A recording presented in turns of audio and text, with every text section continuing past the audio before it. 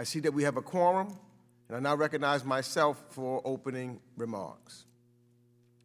Exactly 1 year ago to date, this committee held a hearing on the threat of climate change to our planet, its ecosystems, and our livelihoods.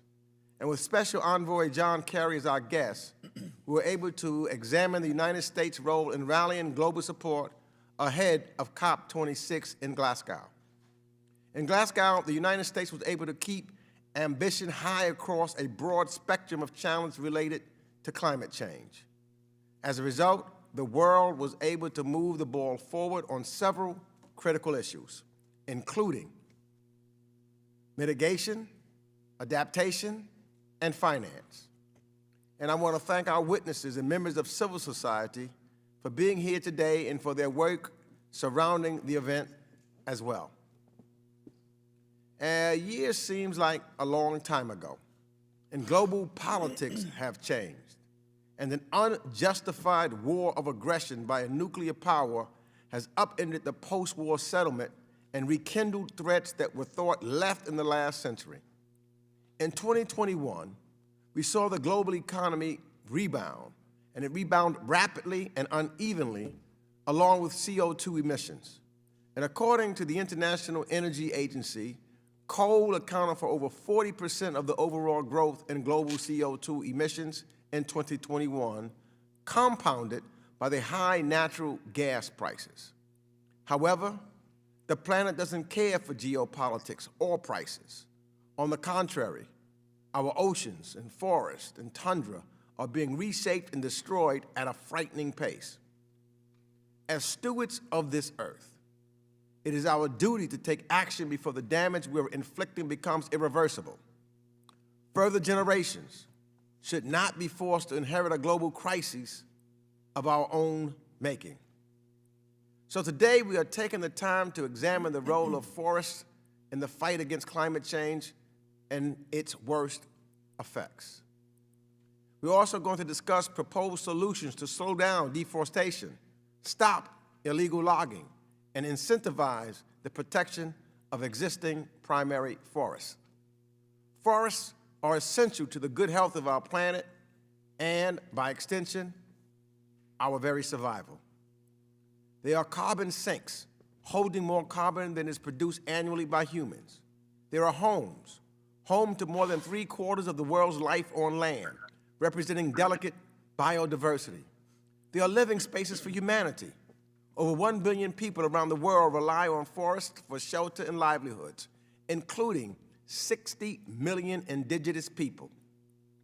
When these cathedrals for nature are under threat, are burned, or turned into agricultural land, these livelihoods are under threat.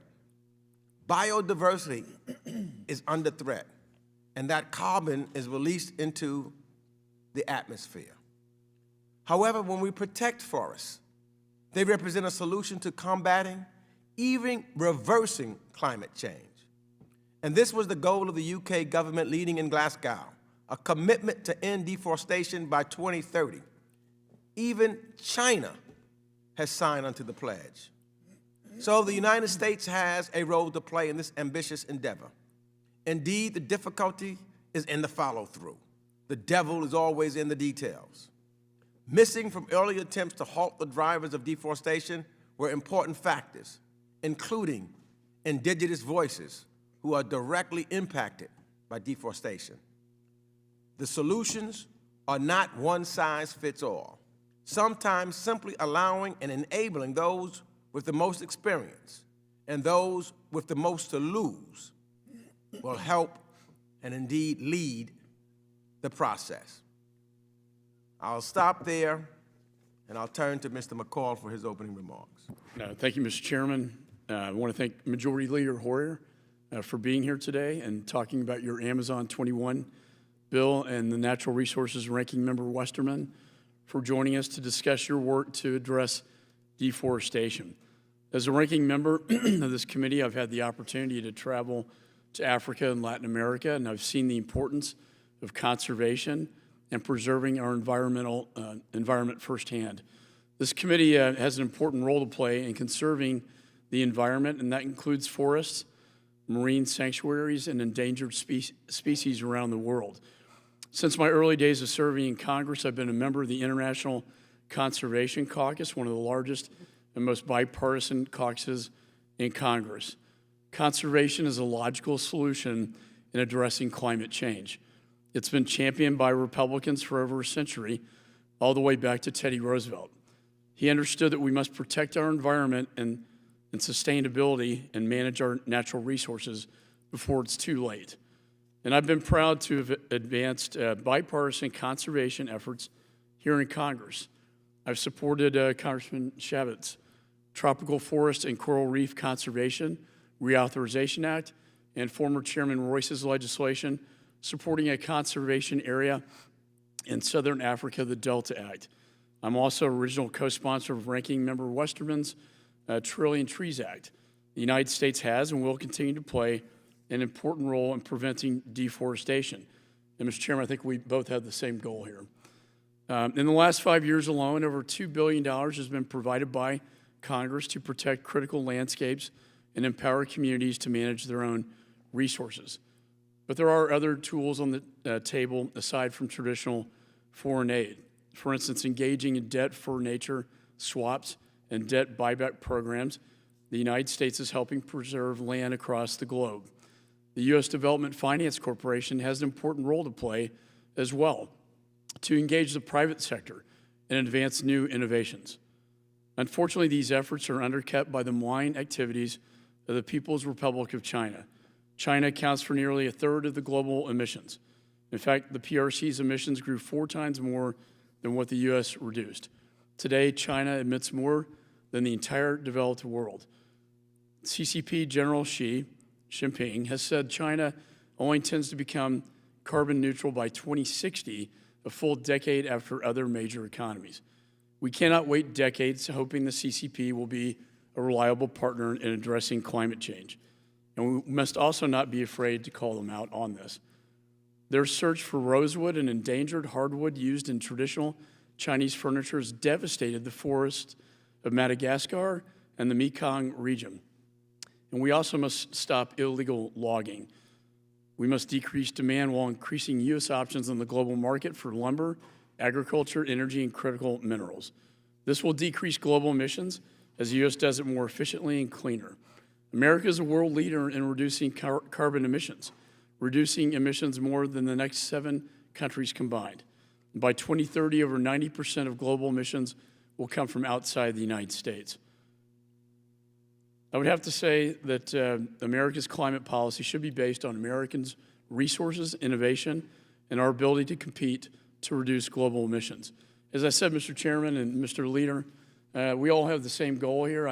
I'm intrigued by the idea of the rainforest. I've often said they are the lungs of the world, and whatever we can do to help preserve the lungs of the world, our children will be better, and their children will be better off. And so with that, I yield back. Thank you, Mr. Keating. We'll now hear from the chair and the ranking member of the subcommittee that has oversight on climate and the environment. We'll start with Chairman Keating. You're now recognized for 1 minute. Thank you, Mr. Chairman. I thank the leader and Congressman Westerman for being here today. There are many issues that the clock has already ticked on, and our environment is in short period of time to deal with these.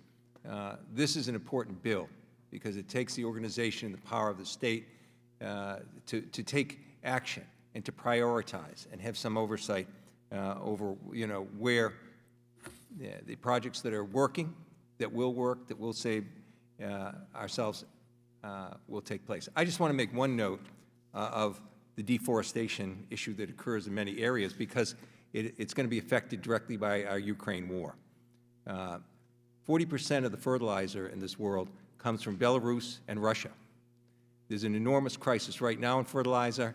This is going to expand, and I'm afraid that the slash and burn type tactics that are practices that are used for fertilizing for these countries is only going to expand, and it'll expand in the worst places possible. So, Mr. Chairman, I would say this is the time that's even crisis on crisis that's occurring with this, and this is why I support this bill. I would love to see it move forward expeditiously. Thank you, Mr. Chairman.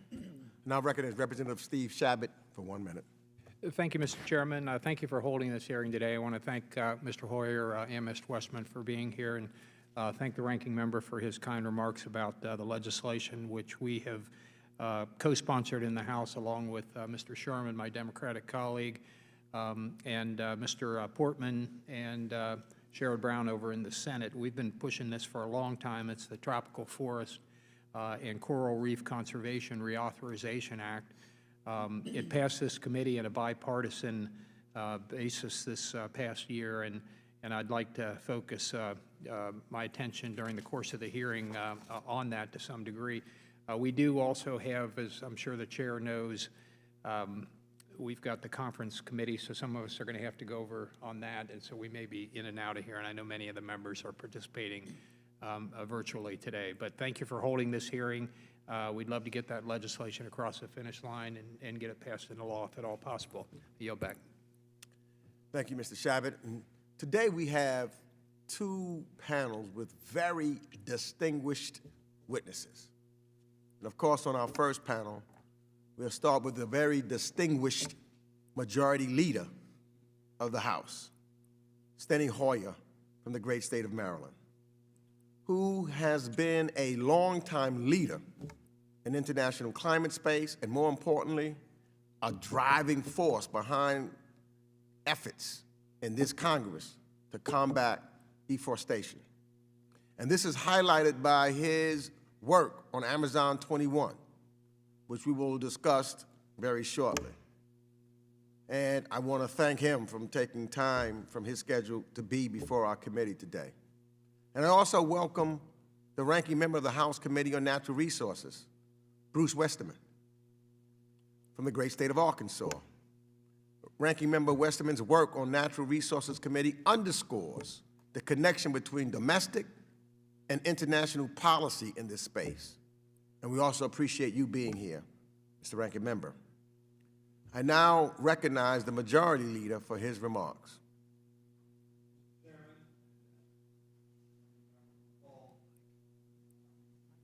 There we are. Mr. Chairman, thank you very much for having this hearing. More importantly, thank you for your statement and your commitment to the objectives that we, as Mr. McCall has said, all share. Mr. Shabbat has said that as well. I want to thank Mr. Keating for his leadership on this. Mr. Cicilline, thank you for being here and your work, and Ms. Manning for being here. Let me start, Mr. Chairman, with the fact that this bill has a very simple proposition.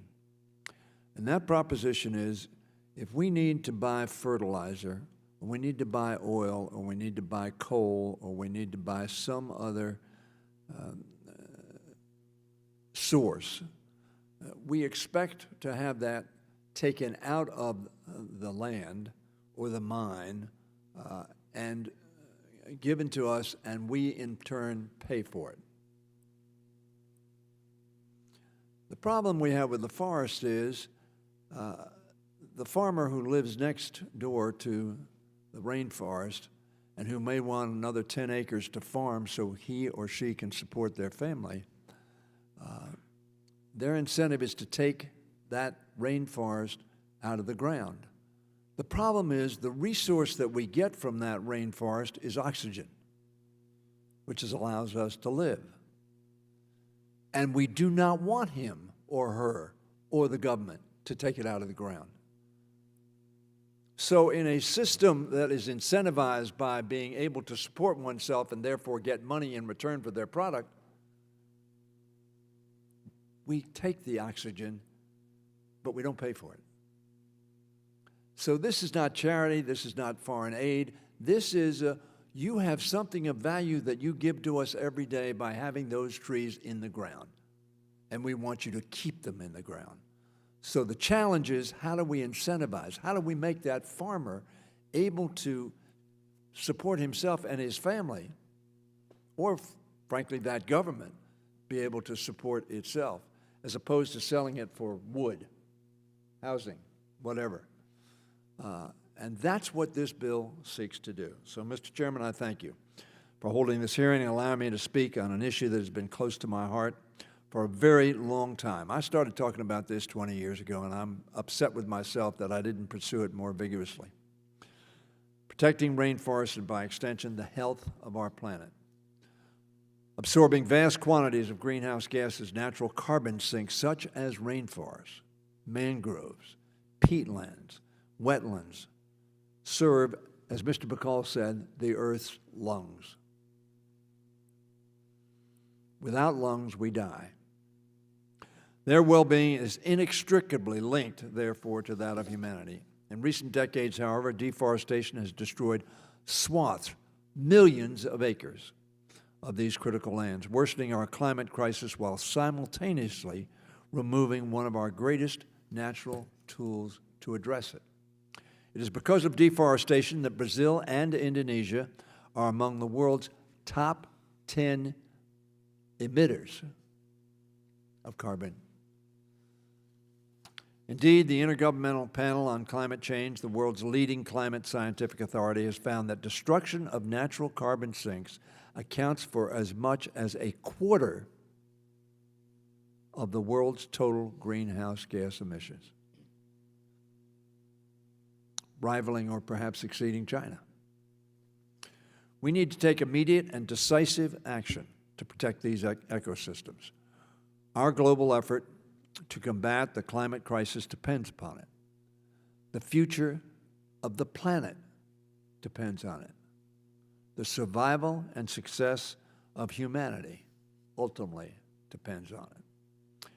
At the COP26 conference to which the chairman referred in Glasgow last year, President Biden joined the leaders of 100 other nations in a historic pledge to end deforestation by the end of the decade. Those of us who live in the so-called industrialized world use what is in the non-industrialized world. Brazil, of course, is both. We use their product. We don't see it, and we don't pay for it. That's what this bill is about. Incentivizing monetarily the retaining of these forests, which we so badly need. Amazon 21, by the way, Amazon is a wonderful acronym that I can hardly ever remember, but just for your interest's sake, it says, America Mitigating and Achieving Zero Emissions Originating from Nature. How's that for a tongue twister? But Amazon itself is pretty easy to remember. Amazon 21 would help fulfill America's commitment to that global pledge. Not just America, but these 100 other nations. Commitment to that global pledge by establishing a trust fund which will enable the State Department to forge agreements with developing nations that will protect and restore their carbon sinks. In the past, the United States has been limited in its ability to enter into these bilateral agreements because of the short-term nature of funding through the annual appropriations process. Solving that long-standing issue, however, requires making long-lasting commitments. The trust fund created under my legislation would authorize, and my legislation, so many hundreds of people have worked on this legislation. I just happen to have my name at the front of it, but I'm proud of that, but I'm so proud of the work they've done. Would authorize the financing of conservation or restoration of nature-based climate projects abroad that protect carbon sinks far into the future. Similarly, Amazon 21 emphasized transparency and results-based funding model to ensure our partners make good on their promise to halt deforestation. We're not going to pay money without making sure that, in fact, we're getting what we're paying for. Nations that enter into agreements with us through this legislation must agree to rigorous external monitoring, reporting, and verification of their progress. We know what satellites can do. You cannot hide from them. Improvements in satellite imagery capabilities have already made it impossible for partners to hide any violation. It's simple. If countries don't meet the terms of this agreement, of the agreement they have, they won't receive funding. In a sense, Mr. Chairman, this is about paying producers for a resource from which we already benefit, as I've said. That resource is the clean air we breathe. These payments are an investment in the continued availability of clean air and sustainable planet for us, for our children, and for generations of Americans to come. Moreover, the trust fund is designed to accept gifts from foundations, individuals, private companies, and other developed nations This is a team project. This is not U.S. project. To help maximize the impact of America's public investment. It's through these types of public-private partnership that we can truly begin to tackle the deforestation crisis affecting our planet. Amazon 21 will also help developing nations participate in carbon markets, an important tool to leverage resources from the private sector to fund conservation work, getting credits. These agreements would allow us to shore up our relationships with developing nations that may otherwise fall under the influence, frankly, of authoritarian regimes seeking to exploit their resources instead of protecting them. It would also create a new technical assistance program at USAID to help them build their capacity to develop nature-based reforestation projects and scale them up, which I think Mr. Westerman's bill certainly would be helped by. Mr. Chairman, helping these nations protect their rainforests serves our national security interest and the attainment of our climate goals, to which both of you referred. Members of this committee know full well the long game that autocratic countries are playing in the developing world with initiatives like China's Belt and Road. We need to think creatively about how the United States can further our national security objectives while also tackling global challenges like deforestation in the process. With Amazon 21, America can firmly reestablish itself as a global leader when it comes to addressing the climate crisis. Mr. Chairman and Ranking Member McCall, each and every person has a stake in this legislation's success. Whether you live in Bogota, Colombia, Brandywine, Maryland, in my district, Austin, Texas, in your district, we all depend on the clean air that Earth's rainforests and other carbon sinks help to protect. The climate crisis affects us all, and particularly the most vulnerable and those with the fewest resources. As the committee will hear shortly, programs like Amazon 21 are the most impactful and cost-effective options, in my view, available to us today to address the climate change. This model has already proven to work by nations like Norway and the United Kingdom, who have similar programs, and others that would set up similar trust funds and authorities. For a sense of scale, if fully funded, Mr. Chairman and Ranking Member McCall, these programs in this bill would eliminate as many as 180 million metric tons of carbon emissions each year, an amount equal to the total CO2 produced by cars in the United States over a 2-year period. That's why I was proud to introduce Amazon 21 in the House last November, why I'm glad to have this opportunity to speak about it with the committee today. And I want to thank Mr. Westerman. I don't know Mr. Westerman very well. We're a big body, and we have not worked on things together, but I am so enthusiastic and appreciative of his participation with his bill, this bill, and other efforts that will join together. Mr. Shabbat mentioned the legislation that he has. We join these together, we're going to make a real impact for generations yet to come. I want to thank Mr. Sanjayan of the Conservation International for working closely with me on this bill over the past 2 years. You're going to hear from him in a little bit. I also want to thank Hindou Ibrahim for sharing her insights with the committee today and the perspective of indigenous peoples and others most vulnerable to the climate crisis. I also want to thank Chairman Meeks again for holding today's hearing and for co-sponsoring this legislation with me, as well as Chairman Keating for shepherding Amazon 21 through the Europe-Eurasia Energy and Environment Subcommittee. I also want to thank all of you who are in attendance at the hearing today. I think this will have a major impact, Mr. Chairman. You and I have talked about this, and I very much appreciate, as I said, your opening statement, which heightens the responsibility that we have. And I want to thank you for being tolerant with your time as well. Thank you. Thank you, Mr. Majority Leader, and your leadership. And as you said, and as the ranking member said, this is something that we can all agree on and focus on. And that's why, with you, I'm happy to have Representative Westerman join us. And Mr. Westerman, you're now recognized for your comments. Thank you, Chairman Meeks, Ranking Member McCall, and to members of the committee. It's an honor to be here with Leader Hoyer and Hoyer to talk about, kind of combine Steny and Hoyer at the same time, to talk about something that we should all be able to agree on. And I'm really excited about the topic of this hearing, and I'm more excited from the fact that this is the Foreign Affairs Committee addressing this, because I think it's recognition by Congress that carbon in the atmosphere and solving that puzzle is not something we can solve alone. The atmosphere is a global entity. It doesn't have borders.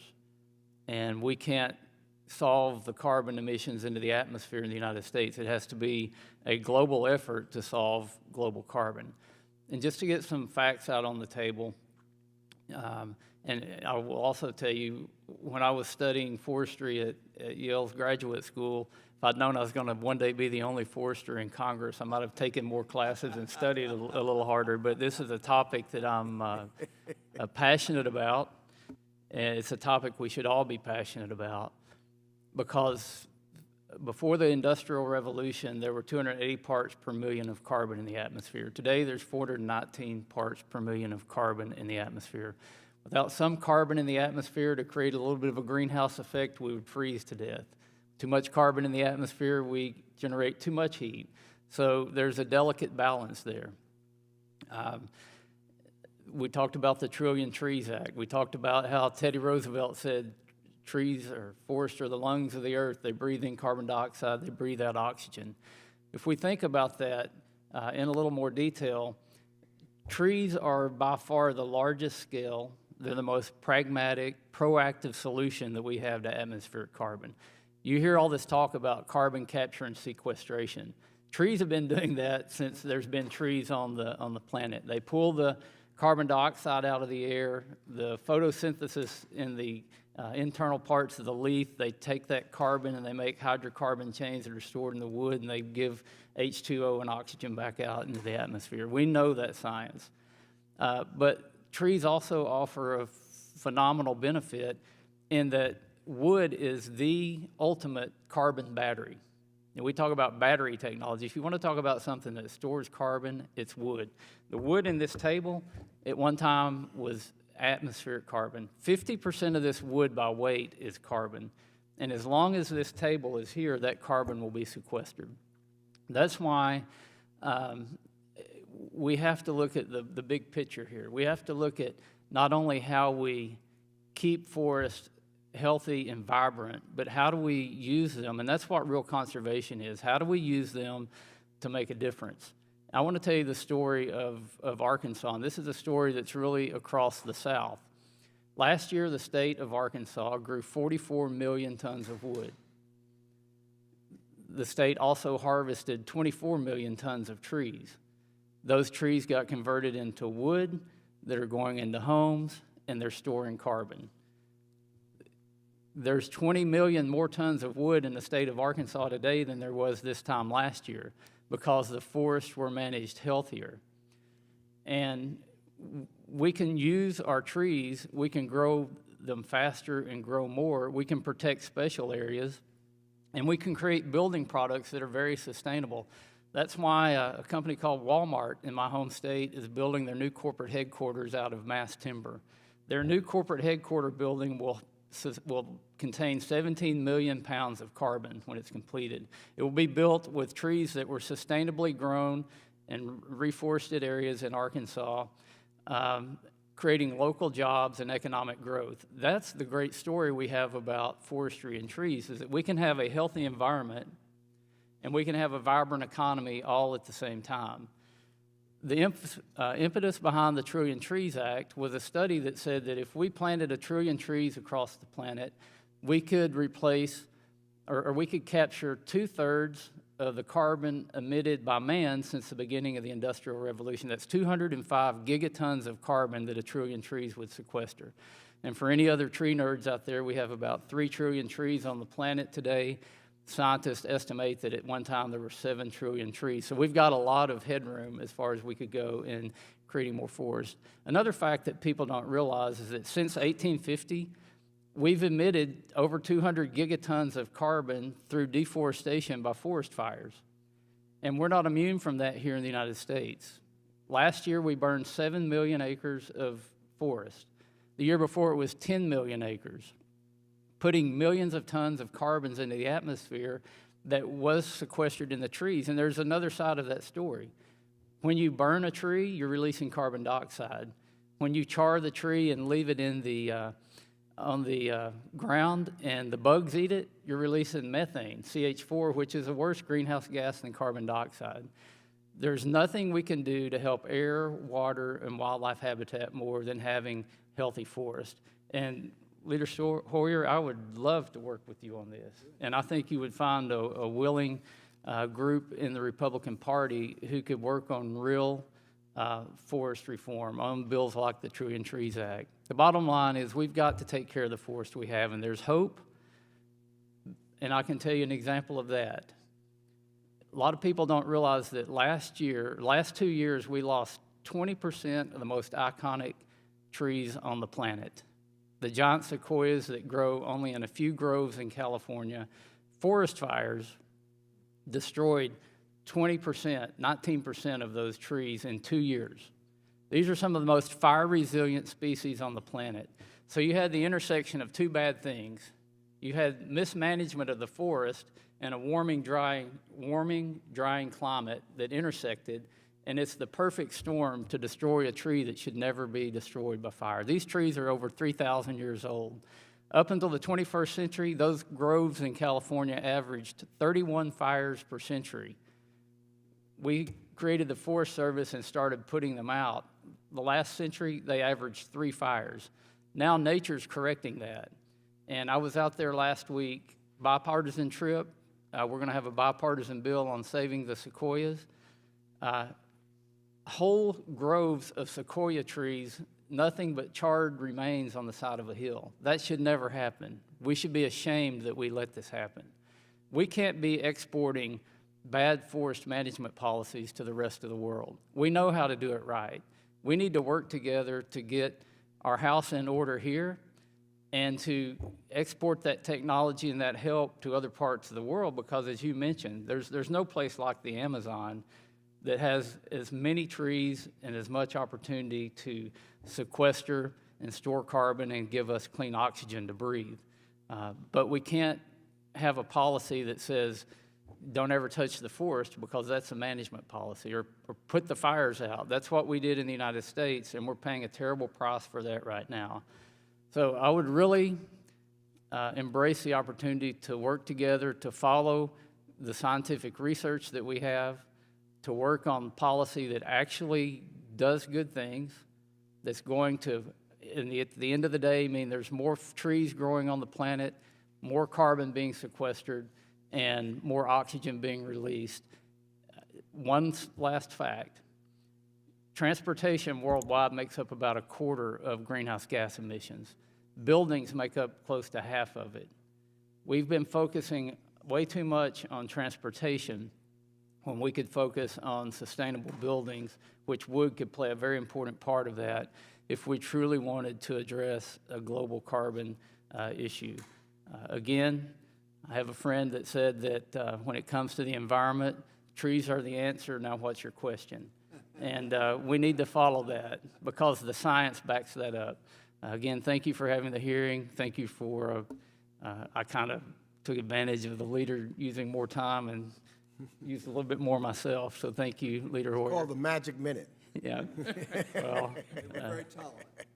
very much so. So I want to thank both of you for your very passionate and eloquent testimony. It really is an absolute honor and a privilege to have both of you here at our committee. Again, thank you for taking the time. And I will now excuse you, gentlemen.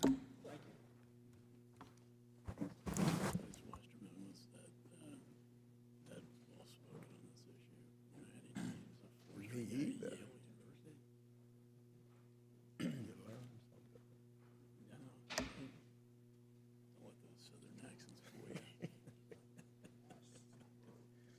Sometimes I do the same thing. I think they're not really smart.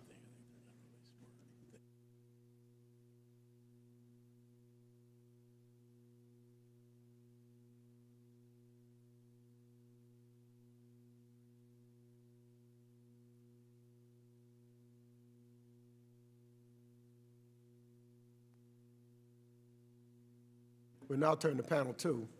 And as Mr. Shabbat had said earlier, many of us will have to leave to go to the conference committee, and I believe Mr. Connolly will take over.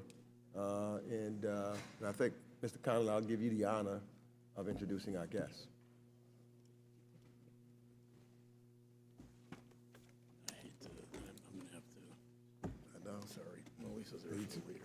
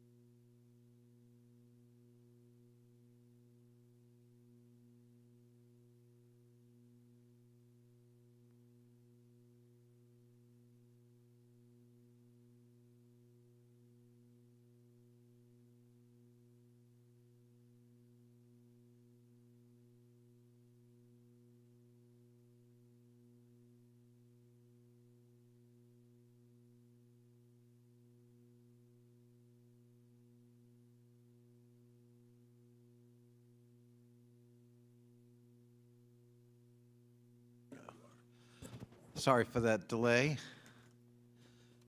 We had some niceties of exchange here. Our second panel, we have 2 witnesses, Dr. Sanjayan. Am I pronouncing that, Dr. Sanjayan, correctly? All right.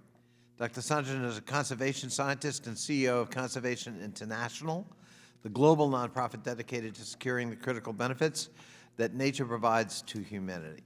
He co-led the launch of Conservation International's award-winning Nature is Speaking brand campaign, and he oversaw a successful $1.1 billion capital raising operation. His scientific work has been published in peer-reviewed journals of science, Nature, and Conservation Biology. He's hosted and co-hosted a range of documentaries for outlets including PBS, BBC, and Discovery Channel. Ms. Hindou Ibrahim is an environmental activist and member of Chad's, no, she's online. And pastoralist Oumarou people. She began advocating for indigenous rights and environmental protection at age 16 and founded the Association for the Indigenous Women and Peoples of Chad, AFPAT. She also serves as a UN Sustainable Development Goal advocate. She's vice chair of the Global Forest Coalition, Conservation International board member, and Earthshot Prize council member. Ms. Romina Bandura. Ms. Bandura is an economic and senior fellow with the Project of Prosperity and Development and the Project on U.S. Leadership at the, in Development at the Center for Strategic and International Studies. Her current research focuses on the future of work in developing countries and the United States' economic engagement in the developing world. She previously worked as a senior consultant at the Economist Intelligence Unit and an economist at the International Labor Organization. Without objection, all the witnesses' full prepared testimony will be part of the full record. And I'll now recognize the witnesses for a 5-minute summary of their testimony, beginning with you, Dr. Sanjayan. Welcome. Good morning, Chairman, Ranking Member, members of the committee, Representative Connolly. My name is Dr. M. Sanjayan. I'm the CEO of Conservation International, a nonprofit supporting conservation in over 50 countries. My Vice Chairman, Mr. Harrison Ford, and board members, Mr. Idris Elba, regret not being here today to support this testimony because of work. Thank you for inviting me to share my perspective on the forest conservation and fight against climate change and how Amazon 21 can transform our efforts. Conservation International's mission is to protect nature that is most important to people. And everything we do is aimed at ensuring that people and nature thrive together. Since 1987, we brought together businesses, governments, and communities to protect and restore nature. And everywhere we work, our model helps communities create self-sustaining, conservation-based economies.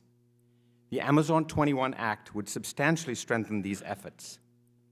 At its core, this legislation incentivizes developing nations to protect and restore nature. It rewards action that maintains the health of some of our most critical, most iconic ecosystems while unlocking financial opportunities for local communities and landowners that commit to conservation. This bill is good for wildlife, it's good for ecosystems, it's good for the climate. But it's also, in equal measure, good for local communities and indigenous peoples, good for economies and security, not only food security and climate security, but also national security. In short, it's good for us. The science on this is clear. Nature is the building block required for a stable future for all of humanity. And yet nature is under assault virtually everywhere, with little to no investment to reverse or halt this trend. Today, only 3% of all available global climate finance is dedicated to protecting nature. There is a massive gap between what we need and what we have. And yet the demand for private sector nature-based investments and opportunities is sky high. It's clearly there. Right now, there are literally billions of dollars in private capital for nature-based investments sidelined by uncertainty and sidelined by risk. In just the last 2 or 3 years, for example, we've seen private sector interest in carbon markets soaring, and it could easily exceed $50 billion before the end of this decade. Through carbon markets, companies and individuals can invest in the protection of nature, thus shortening the timeline to achieve our climate goals. By enabling private-public partnerships, this bill would allow new investments to reach places where policy and markets do not. We're not tilling new soil here. In 1984, Congress established the National Fish and Wildlife Foundation to work with both the public and private sectors to protect nature. And since then, the National Fish and Wildlife Foundation has become the largest private conservation grant maker in the United States. The Amazon 21 Act brings this concept of public-private partnerships to a global stage. More than half the world's GDP already depends in some ways on the benefits provided by nature. The loss of these benefits would be catastrophic and would amount to a loss of $2.7 trillion. As always, the poorest countries, the neediest rural communities would be the hardest hit, accelerating resource depletion, famines, climate-fueled migration, a recipe, as we all know, for global instability. Amazon 21 would dramatically and cost-effectively stave off these effects. In the places where I have spent my formative years, South Asia, West and East Africa, California, and Montana, I have seen firsthand how climate change has made life harder for everyone and virtually impossible for some. This legislation would help secure the nature that people need to survive, and it would maintain our country's global leadership and rich conservation legacy. In the United States, our most beloved landscapes and iconic wildlife remain today because of our long history of bipartisan conservation. The entire team and board of directors at Conservation International thank Majority Leader Hoyer for his leadership in crafting Amazon 21, and this committee and all of you for holding this important hearing. Thank you. Thank you. You had 5 seconds to go. Thank you very much. Before I call on Ms. Ibrahim, I do want to acknowledge from the chair our distinguished majority leader and his leadership in this issue. And Mr. Hoyer, thank you so much for being here and for showing us the way. Steny Hoyer has always been a leader in this area and has been an inspiration and a model for so many of us here in Congress. So thank you. Your leadership is going to make a big difference. Ms. Ibrahim, you are now recognized for your 5 minutes of testimony. Welcome. Thank you, Chair. My name is Hindou Oumarou Ibrahim. I am the president of the Association for Indigenous Women and Peoples of Chad. I want to thank Chairman Meeks, ranking members McCall, and the members of the House Foreign Affairs Committee for the opportunity to discuss the importance of the U.S. leadership in nature conservation and investing in natural climate solutions.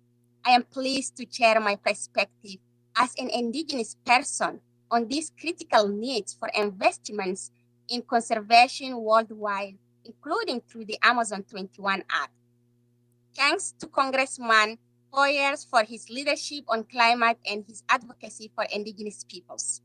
I am joining you today from Abidjan, where I am speaking at a convention to combat desertification, a crisis exacerbated by climate change and contributing to the mass extinction of biodiversity, as well as tapping the whole continent in poverty.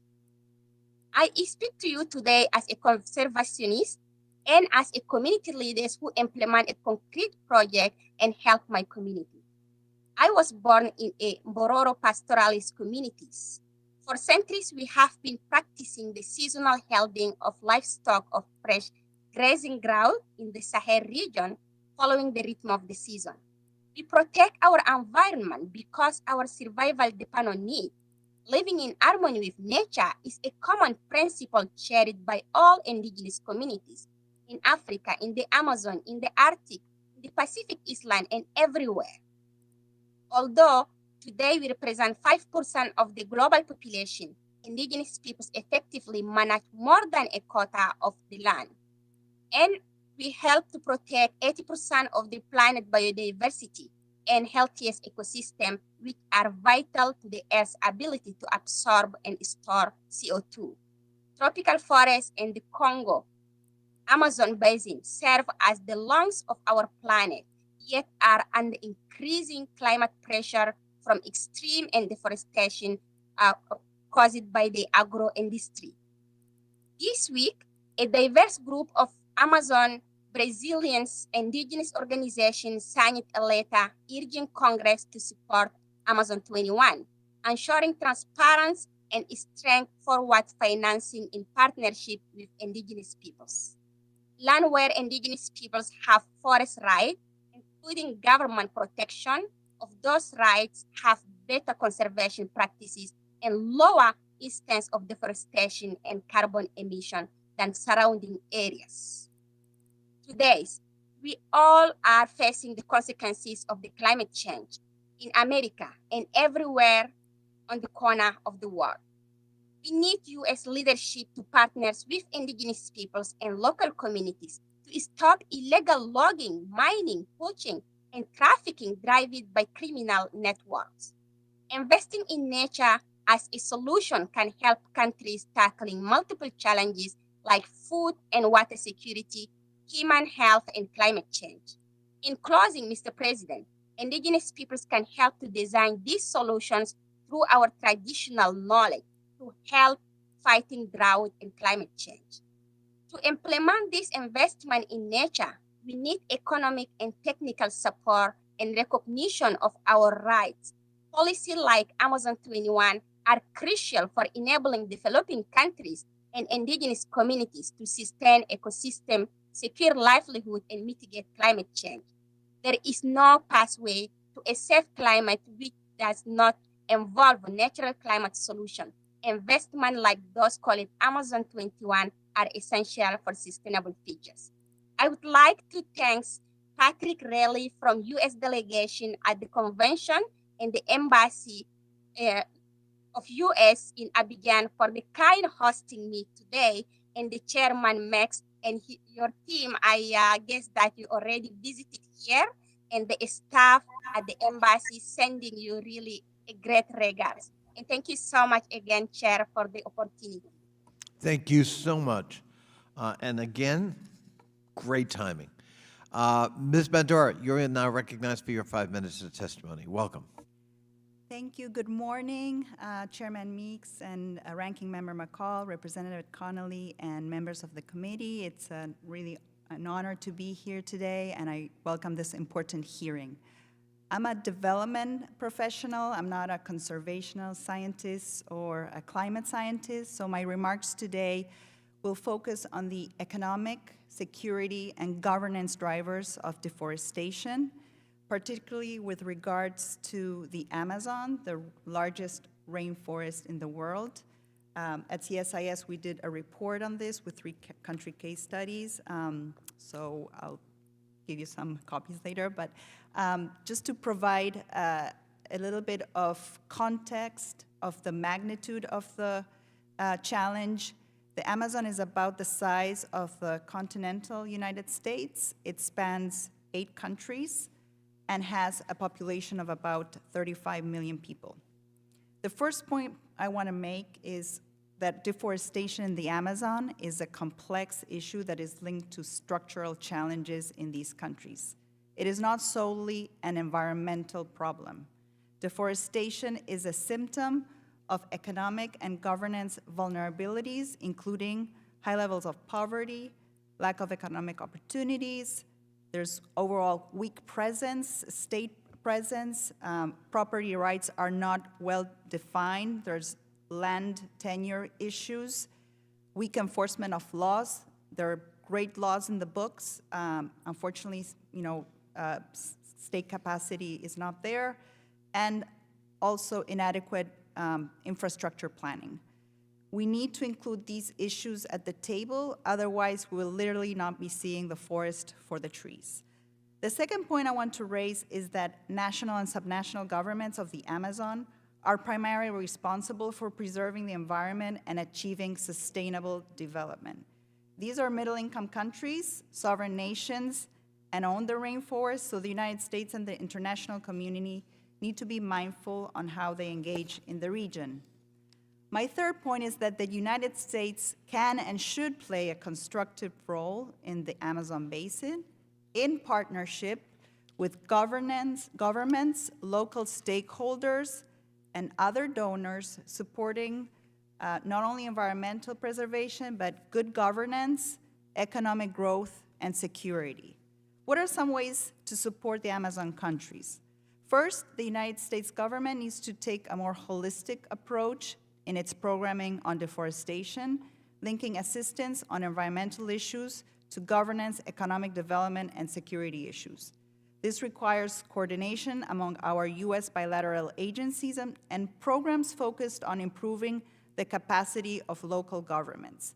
Second, when implementing the Amazon 21 bill or any U.S. programs, there should be buy-in from national and subnational governments. Sometimes these different levels of governments do not talk to each other, and national plans and policies can become disconnected or at odds with subnational plans, which leads to poor project choices and wasted resources. There has to be agreement and coordination among the different levels of government, especially with new actors investing in the region, for example, China and private investors. These governance and coordination issues are important and should figure in our programming. Otherwise, what the United States will provide with one hand, others will take with the other. Third, we need to work with other donors and actors in the region so that there is less fragmentation among programs and there is greater impact in conserving forests. As an example, Norway has, and I think it was mentioned before, has set up an Amazon fund already. There are many NGOs and indigenous communities on the ground with ample knowledge on forest conservation, and we also need to tap into private companies to create sustainable economic opportunities. And fourth, the United States can continue providing training and technological solutions to better survey the forest and professionalize the law enforcement agencies. On the ground, advanced technology can be used to for supply chain traceability and can improve local governments' ability to enforce laws and address deforestation. Finally, I brought an example of what United States can do. This is acai, which is a super berry that is grown in the Amazon. It can be grown very sustainably, and it's OPIC, now DFC, funded an American entrepreneur for a processing plant, and this is sold. You can go to Giant, or if you want the super size volume, you can go to Costco, and they are selling acai there. So this is just one example of, sustainable development. So to conclude, we are currently at a crossroads in responding to deforestation in the Amazon, and this requires a multi-sector and multi-stakeholder approach. I appreciate the opportunity to testify before you today. Thank you for your time. Thank you, Ms. Bandura, and thank you for bringing the product. That makes everything even more real. Thank you. We're now going to go into questioning by members, and Chair is happy to recognize his friend and the great chair of the Subcommittee on Europe, Energy, the Environment, and Cyber, the gentleman from Massachusetts, Mr. Keating. Mr. Keating. Thank you, Mr. Chairman. And as someone that was at COP26 myself, I do recognize the urgency. This is, we're not dealing with this in a current sense. We should have been dealing with this decades and decades ago. And I do realize the importance of involving the indigenous community in the decision-making, not just informationally, but in the decision-making that's going forward. But I want to touch briefly, because I think there's a moment of urgencies that's going to be underscored very shortly. Leader Hoyer mentioned the security issues that are attendant to deforestation. And deforestation poses grave global and domestic security risks as well. The U.S. military and intelligence officials have repeatedly warned that deforestation and climate change lead to food and water shortages, ecological degradation, extreme weather patterns, conditions that enable mass population displacement, terrorist activity, and other forms of violence, and conflicts between nations. Terrorist groups such as Boko Haram, Al-Shabaab, and ISIS are known to exploit food insecurity to further their ambitions. And we're now in another crisis because of what I mentioned briefly before, the war in Ukraine.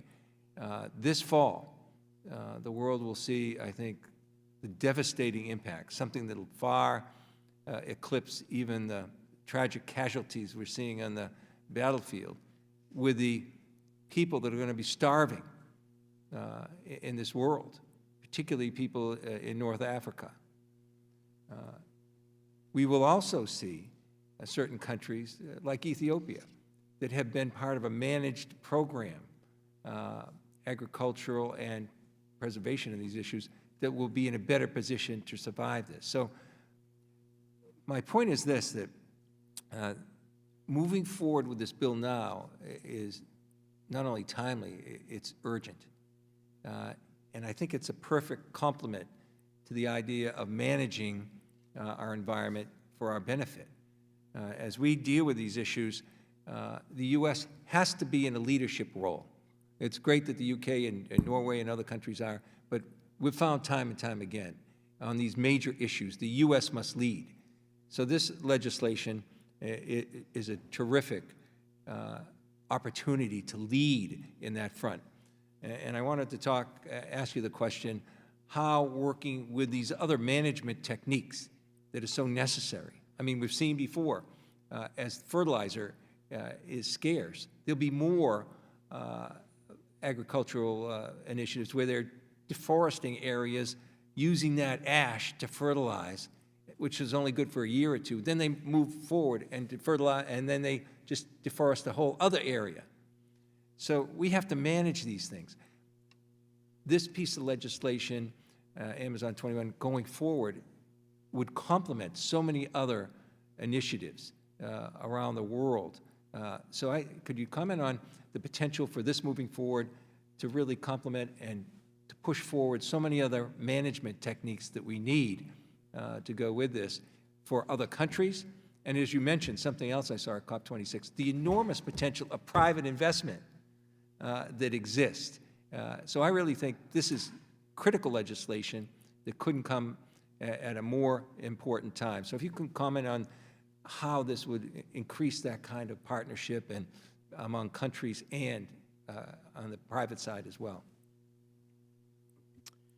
Thank you, Representative Keating. I think you are completely right. The world is really looking for American leadership on this issue.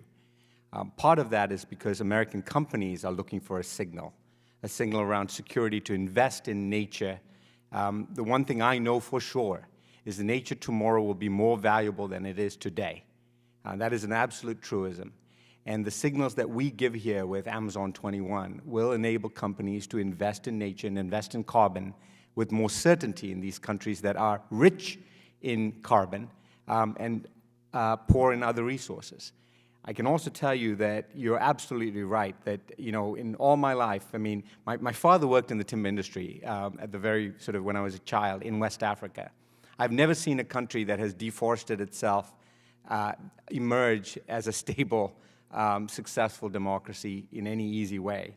So what we are setting up here is a foundational building block that will have ripple effects into the economies of these countries, into preventing loss of water, loss of habitat, livelihoods. Deforestation is difficult. People do it when they're really forced to do it. And all we're trying to do with this act is give them that incentive and opportunity to protect and restore forests at scale, like they're doing in Kenya, like they're doing in Ethiopia, like they're doing in Colombia, and there's several countries. Costa Rica is another great example, and thus help that move towards a more sustainable economy and a more stable democracy. Thank you, Mr. Sanjayan, and the gentleman's time has expired, but I do want to give an opportunity, Mr. Keating, for the other two witnesses to respond, if you desire. Ms. Bandura? Yes, I agree, and the issue of food security is going to... If you could just bring that closer to you. Oh, sorry. Thank you. The issue of food security is also an important aspect in the Amazon because if we continue at this pace, you know, the water, the rainfall patterns will change and will affect, you know, agriculture not only in that region but in South America and other parts of the world. So it's an important issue. In terms of insecurity, in the Amazon, there are also powerful groups, illegal groups that affects the security of people on the ground and the indigenous communities as well. So my point on security is that also we need presence of, you know, law enforcement, and we need good governance because many of the subnational levels of government don't have the capability to really, you know, monitor and enforce the law. So they also need our help. So that's all I'm going to say. Yep. Thank you. Ms. Ibrahim, any comments? Yes, thank you very much for the questions.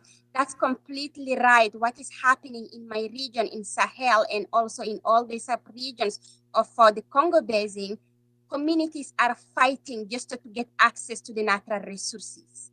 And that creates a big conflict between them where they kill each other. And it is also the home of all the terrorist groups who take the opportunities because people become more poor and then they come over the land. And we really live in this era. So having this finance can help the community to settle, stop them to move from one communities to another one, like being internal migrant or international migrant, because it can help them to create a life and livelihood and restore the environment. And investment, of course, having the private sectors is very important, but we need the leadership of countries like U.S. We need a public funding who can come to the communities and who can give hope to the young peoples. You know, in my communities, we live that every day. We know that the younger generation are always going to look for them teachers outside. And they do not have any other choice because they didn't went to school to go to the offices. They just depend from the rainfall. And when there is no forest products, there is no enough rain to do the agriculture. So their futures is only under two ways. Either they have to migrate or they have to join the terrorist group. but this kind of initiative can help them to sit down and build their futures. Thank you so much.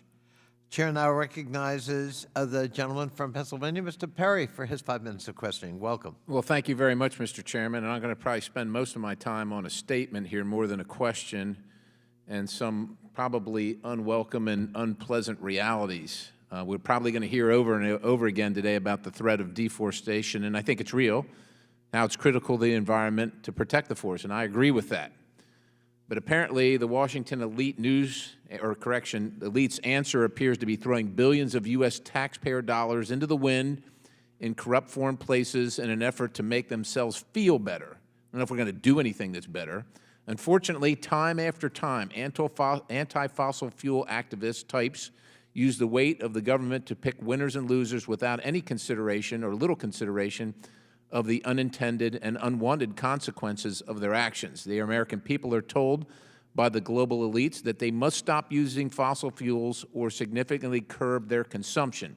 Yet, the environmentalists conveniently leave out the ecological devastation that will result from the pursuit of these so-called clean energy alternatives. Just because it's not happening in your town or maybe in your country doesn't mean it's not happening somewhere and that you're supporting it. For example, the Congo Basin is home to the second largest rainforest in the world, and 60% of this forest lies in the Democratic Republic of the Congo. The DRC is also the world's leading source of mined cobalt, which is a critical mineral necessary for lithium-ion batteries used in EVs or electric vehicles and battery storage projects, supplying approximately 70% of the world's mined cobalt, all coming from one place. As a result, the Chinese, with the assistance of the President's son, Hunter, are employing child labor to strip the country of its cobalt reserves with little, probably no concern about the safety of the children since they do the mining, the environmental impacts of the process, or what trees or forests need to be mowed down to effectively mine the area and move the product to the green end user in the West. It's not very green there. It's not green in the DRC. It's no coincidence that in 2017, the DRC saw more forest loss than any other country outside of Brazil. I don't see anybody crying for a reduction in the mining in the Congo for this at the same time. And this driver of rapid deforestation is only going to grow in intensity as the misguided push away from fossil fuels before its time should be continues. According to the Energy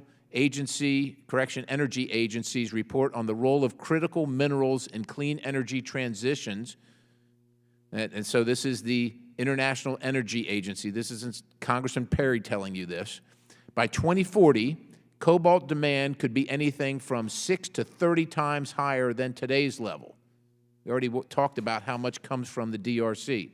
While this massive increase in the extraction of cobalt to feed the net zero lie threatens the rainforest in the Congo Basin while enriching the Chinese and the first family, it is by no means the only massive spike in extractive activities expected as a result of this misguided net zero push. Again, quoting the IEA's report on the role of critical minerals, solar voltaic plants, PV plants, wind farms, and electric vehicles generally require more minerals to build than their fossil fuel-based counterparts. A typical electric car requires 6 times the mineral inputs of a conventional car, and an onshore wind plant requires 9 times more mineral resources than a gas-fired plant. Since 2010, the average amount of minerals needed for a new unit of power generation capacity has increased by 50% as the share of renewables in new investment has risen. We don't talk about that at all. By 2040, not that far away, the IEA expects lithium demands to increase by 4,200%, graphite demand to increase by 2,500%, nickel demand to increase by 1,900%, and as they're called, rare earth mineral demand, they're not rare, they're critical, they're not rare, to increase by 700%. All of these minerals have come from somewhere, and due to the keep it in the ground mentality of the Biden administration, it'll come from overseas where you can't see it, where they disregard the environment, and that's the norm. This notable destruction of forests, natural habitats, et cetera, does not include the massive displacement that will come as a result of land use requirements to site wind and solar farm, which itself require massive amounts of deforestation. Added together, it's pretty clear the term clean energy transition is nothing more than a Soviet-style propaganda and completely untrue, but serves the party's aims. And with that, Mr. Chairman, I yield. Thank you. Chair now recognizes the gentleman from Michigan, Mr. Levin, for his 5 minutes of questioning. Thanks so much, Mr. Chairman, and I want to thank Chair Meeks for convening this important hearing on deforestation and forest conservation, which I think proves how seriously our committee is taking, or most of us are taking, the climate change threat and the danger it poses to our whole world. I want to use my first question to position the role of forests and climate change within a broader debate about how we engage with the rest of the world. As the witness testimonies have identified, only by recognizing that forest conservation is deeply intertwined with U.S. foreign trade and economic policies can we begin to roll back the tremendous harm done to this planet by, for example, the devastation of the Brazilian Amazon and Cerrado and the Indonesian tropics. Yet too often our collective stated commitment to putting people and the planet in the center of foreign policy is in fact trumped by other geopolitical or economic interests. Ms. Ibrahim, can you share your experience that may illustrate the importance of engaging with local groups, civil society organizations, and indigenous communities in developing U.S. climate change policy, and how might the laudable goal of reducing carbon emissions through terrestrial carbon sequestration be undermined if local populations aren't properly brought into such an undertaking?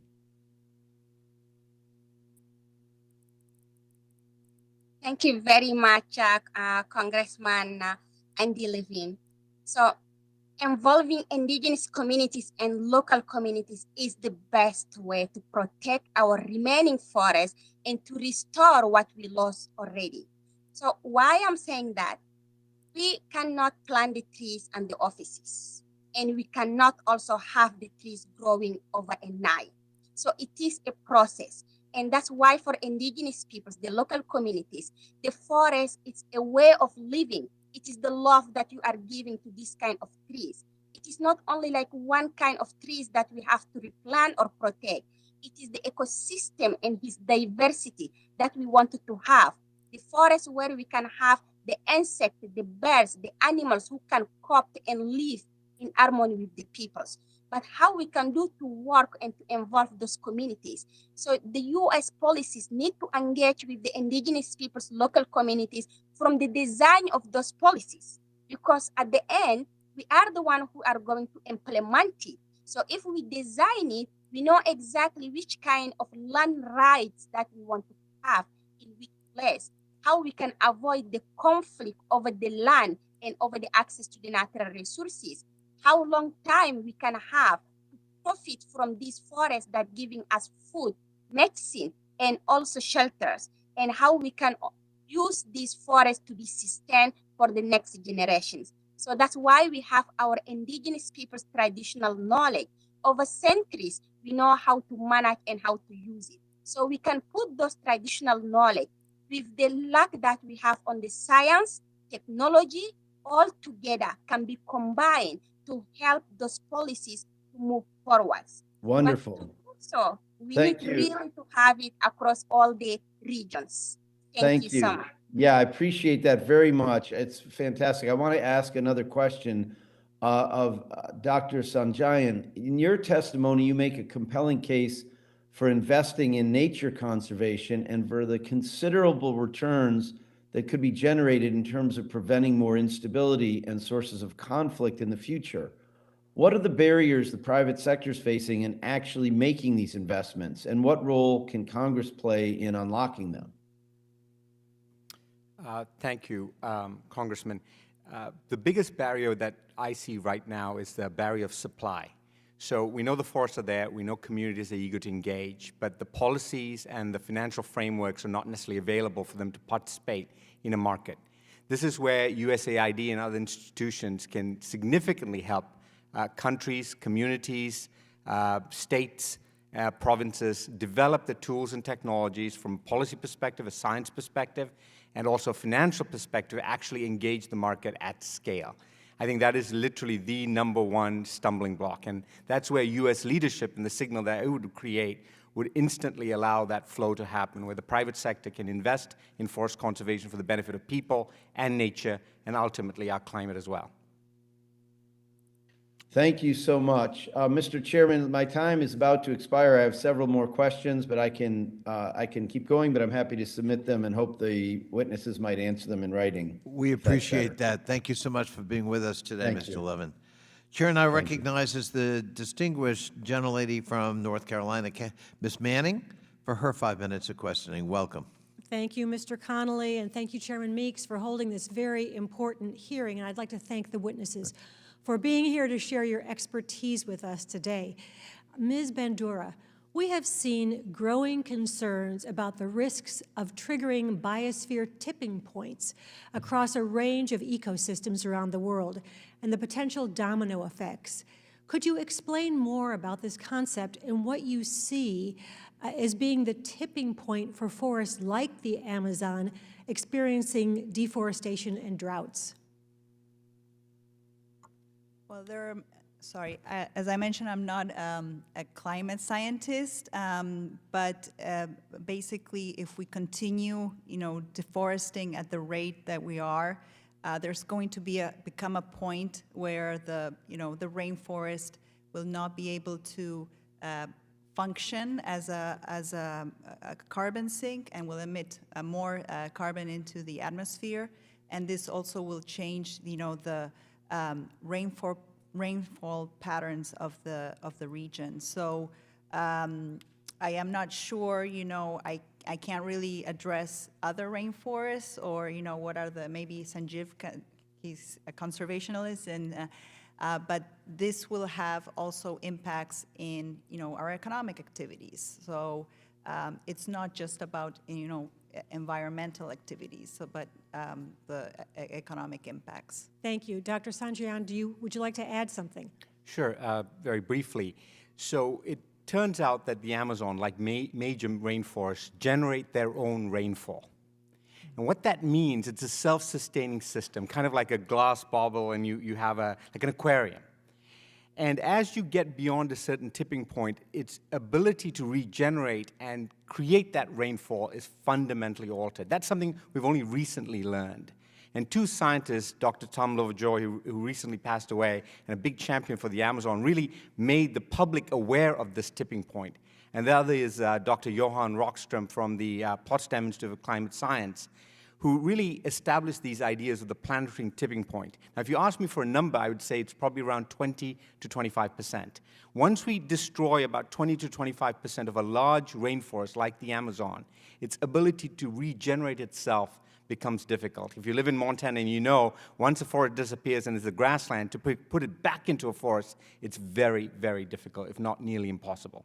So I assume that what we're talking about is if we don't act, this adds a sense of urgency to our actions in this regard, because if we hit that tipping point, we can't fix the problem that's been created. That's absolutely right. Thank you. Like my colleagues, I have deep concerns about climate change, about deforestation, for exactly the reasons that you have just described here, about the impact on climate change, the impact that climate change is having, rather, on the availability of food production, clean water in a variety of countries that can least afford these stresses on their populations. And one result, as we've discussed, is migration away from those areas that puts stresses on other countries. So I am supportive of all of the above measures that we can take to address climate change, including the prevention of further deforestation. And Amazon 21 certainly appears to be an important step, even perhaps a leap in the right direction. And this is something of huge importance. But I would like to ask about how we prevent abuse, misdirection, corruption by either the governments or the intended recipients of the funding that could come through Amazon 21. And now you're shaking your head, Ms. Bandura, so perhaps I'm in your area. You'd like to comment on this. Yes, and this is an important issue, and as I referred at the beginning, this is not only about, environmental programming, but governance and really fostering capacity for local governments and groups to really look at how the money, and we have to really look how the money is being spent. A lot of the deforestation that is happening, as I mentioned at the beginning, there are very good laws to preserve areas, and there are indigenous groups that live in these preserved areas, but there are other groups that are coming in, and there's no good law enforcement mechanism to really prevent these encroachments. The other issue is land tenure. There's corruption in there as well. So who gets the accessing the land in the rainforest, and of course, a lot of the people that are living in these regions also have not meaningful economic opportunities and are sometimes exploited by powerful groups that obviously are flourishing on corrupt activities and illegal activities. So I don't think it's only a role for USAID, but it's working also with local law enforcement agencies and agencies such as Interpol, because it's not just about the trees. There are a lot of other components happening in the rainforest. Thank you. I'll stop at that. Thank you. My time has expired. I would love to pursue this further, but I yield back. Thank you, Ms. Manning.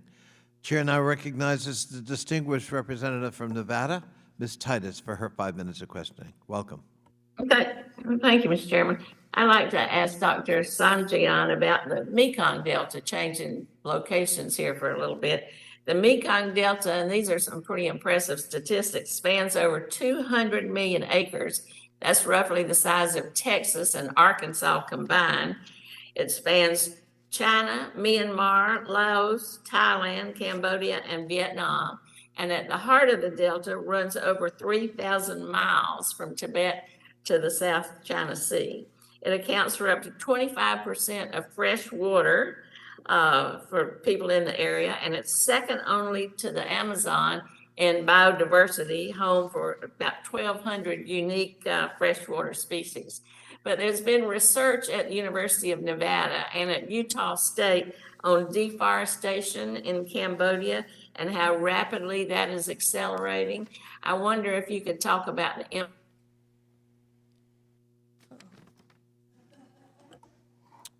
I think our frozen colleague is asking, what about, both Mr. Perry and Ms. Titus have asked us about other threats in the Mekong Delta, in the case of Ms. Titus, and the Democratic Republic of the Congo because of the exploitation of cobalt, among other purposes. So maybe, Dr. Sanjayan, we might begin with you in terms of what about, we'll start with Mekong Delta, but these other major rainforest areas that provide so much in terms of flora, fauna, drinking water, and serve as important sinks, carbon sinks for the planet, shouldn't we be worried about those too?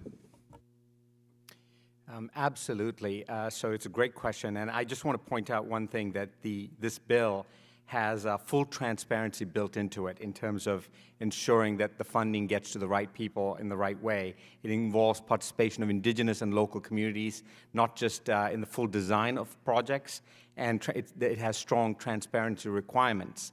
Now, the Mekong Delta is a place that Conservation International has worked in for 2 decades. And I can tell you that it's extraordinarily carbon rich. It truly is one of these irreplaceable carbon sinks, if you will. But the threats to it are many, and deforestation is one threat. The other threat is, of course, water, and the third one I would say would be overfishing. Tonle Sap, for example, produces more fish than all of the United States freshwater fisheries combined. So this bill works on one major part. It clearly is not there to deal with every threat out there. However, a major reason for water instability in the Mekong Delta is because of deforestation. And Cambodia, interestingly, is a country poised to really open up its carbon markets as a way of protecting forests. They need those investments, and we are in the process of designing projects in Cambodia with very specific forest conservation targets in mind. So in terms of a place that's important for carbon, important for people, but also will benefit from this bill, Cambodia and the Mekong Delta would clearly be so-called in its crosshairs. Thank you. I think possibly Ms. Titus might follow up your last point with yes, but often countries, political leadership in countries, local and otherwise, are faced with, yes, long-term, it's in our economic interest to protect this as a resource, but short-term, I got to get my fishing villages need to make a living. And so I make short-term decisions at long-term costs. That's the trade-off, especially in poorer countries. That's a dilemma that faces us all, and I think, Ms. Bandura, you touched on that. I mean, lots of factors in the Amazon, but part of it is endemic poverty that drives people to seek a source of revenue that can be sustainable from their point of view, even if it's at the cost of the environment. I mean, the one thing I would mention is that this bill would allow financial flows to happen very quickly. And that's partly because the private sector is eager for mechanisms like this in order to participate. So the lag time between developing project and funding actually flowing in these projects would be, in my estimation, like 18 months. So that is a reasonable time frame. It's not many, many years later before benefits start flowing. So I think it is a good mechanism to deal with this issue that you raised, which is people do need to eat, and desperate people are put into desperate situations where deforestation becomes their last means of survival. And we could stop that fast with an act like this. Yeah, and that's where also, private sector innovation and know-how comes into play because, as I mentioned at the beginning, a lot of the, jobs that are happening in the, in the Amazon are either informal in nature or, with very little pay, little protections, hazardous. Think about mining in Peru, gold mining in Peru, that releases mercury in the water. And so we need to really bring in and that's where the United States has the, the biggest and most innovative private sector. It allowed this to happen. And so that's, one tool that we should leverage to really provide economic opportunities. We cannot ignore, we cannot deny economic opportunities to people. That would not be fair or truthful, on our end. So, let me follow up on that with you, Ms. Bandura. Let's just put it this way: the current leadership in the Brazilian government, led by President Bolsonaro, has not really developed a reputation for being passionate about protecting the Amazon. And in fact, arguably even downright hostile to efforts to protect the Amazon and resentful of international concern expressed about the need to protect the Amazon.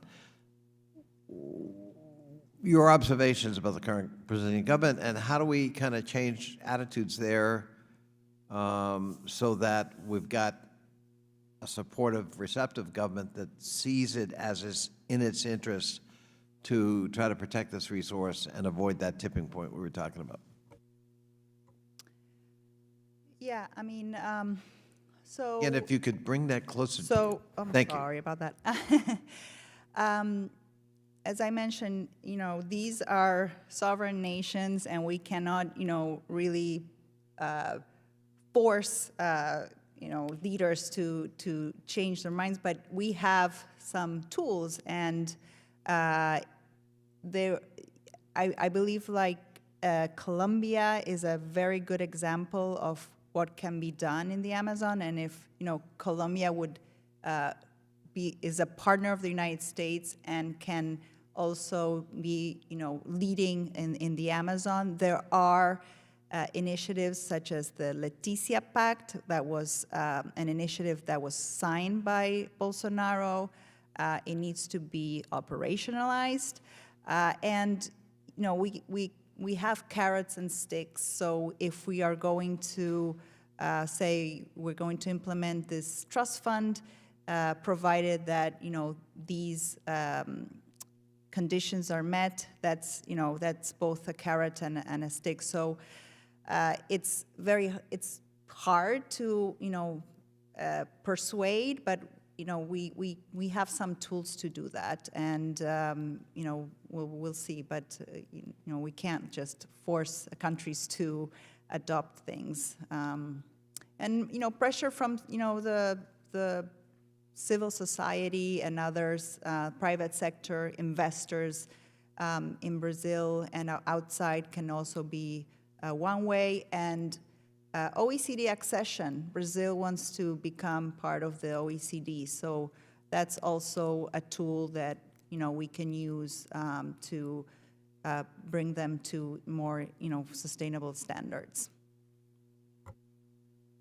I'd just add, Representative Connolly, that Ms. Bandura's report that she has here shows that a large number of Brazilians really do support strong environmental posturing. Most Brazilians are pro the Amazon. They want the Amazon to survive.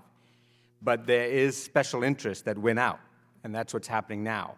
There are two ways to work in Brazil, even today. One is that indigenous peoples in Brazil, in particular, have large territorial access, stewardship, guardianship access, legislative access to land. And in indigenous lands, we have found great allies in conservation, and it's a significant part of the Amazon. And the second is that governors, so one level below the federal system, governors are very willing within the Brazilian system to move legislation forward and protect nature within their own state jurisdictions. You both implicitly, I think, raise a question not easily resolved about how far does sovereign control go over what is a global resource. So is it my absolute right as a sovereign nation, if something is entirely within my sovereign territory, to destroy it, even if it has planetary consequences? And that's an unanswerable question at this time. But looking toward the future, it seems to me that one of our challenges is going to be to create global structures, international structures, that do protect assets that go beyond my sovereign territory without, compromising or surrendering sovereign control. But on the other hand, there are some, you don't get to destroy the planet because you decide economically, I want to exploit this unique resource that affects everybody, not just me. And how do we address that, from an international point of view? Do you want to address that, Ms. Bandura? Well, I don't know if I can solve that issue, but I thought you had a solution. It's a complex, challenge.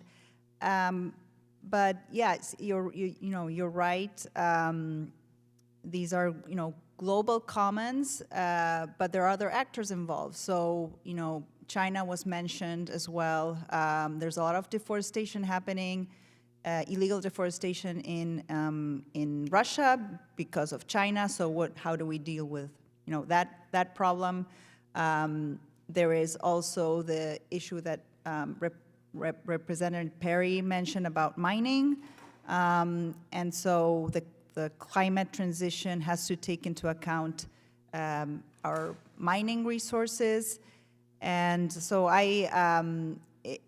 we need to also engage the private sector and the supply chains. That's one way that we could also motivate, countries not to deforest or change, the way that they source materials and how we sell the materials. If the private sector is involved in the supply chain sourcing, that would be also one way.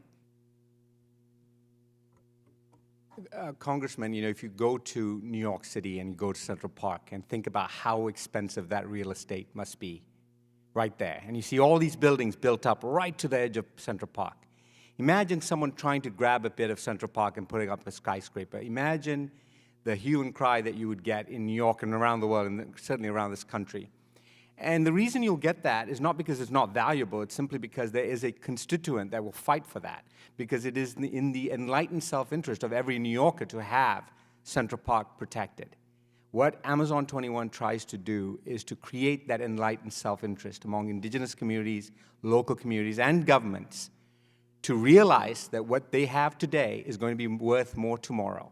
And protecting it is not only in the interest of the planet, but it's in their self-interest as well.